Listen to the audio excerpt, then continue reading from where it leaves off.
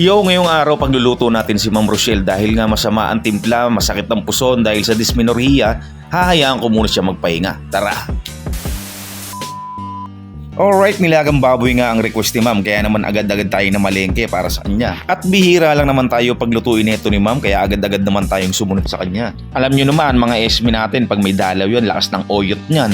Okay, konting trivia. Ang dysmenorrhea o mas kilala sa tawag na menstrual cramps ay nagaganap tuwing may dalaw ang isang babae. Nagdudulot ito ng paninikip ng matris o uterus na siya naman nagdudulot ng pananakit sa mga bahaging nakapalibot sa buong balakang at sa lower abdomen. Kaya naman lagi silang iritable. So ayun na nga, naglagay na ako ng isang katerbang pechay, paborito ko yan. Kasi naman napakaganda nitong panlaban sa high blood pressure at diabetes. Good source din ito ng calcium at merong vitamin A, B, and K. Naglagay din ako dyan ng repolyo na anti-cancer at may kaakibat na fiber at nakakatulong sa digestion o pagtunaw sa ating mga kinakain. Alright, luto na ang ating nilagang baboy. Sana magustuhan to ni Ma'am Rochelle. Siyempre, nag-prepare din tayo ng mabisang sausawan, sili, patis, kalamansi. Sandok na tayo ng mainit na kanin. Siyempre, tayo unang titikim yan. Tayo nagluto niyan eh.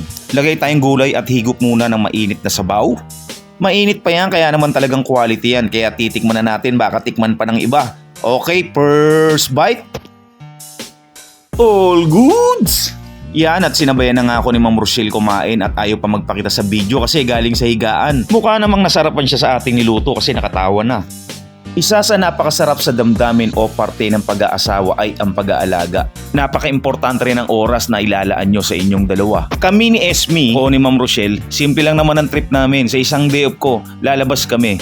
Hindi naman kailangan ng mga garbong restaurant o saan kayo pumunta. Ang importante sa amin ng kwentuhan lang. Minsan fishbowl lang, tusok-tusok, okay na yun. Ang importante, nakakapag-bonding kami. O kung hindi naman makalabas, marami naman paraan kung nasa bahay. Yung day off mo, wag mo itutok sa cellphone. Hindi naman masama ang pakikipagtropahan pero syempre, family first. O di kaya sama mo sa trip mo si Mrs. Sama ka rin sa trip ni Mrs. para lagi kayong magkasama. Pero kami naman talaga isa lang solid trip namin, food trip. So ayan nga, sana tayo napunta, pawisan na si Brad Armin, kakahigop na sabaw na mainit. Talaga namang quality pag ganito kainit. Tapos may hangover ka pa, raps. Kaya nga puro bawas na yung mga boting nasa likod ko.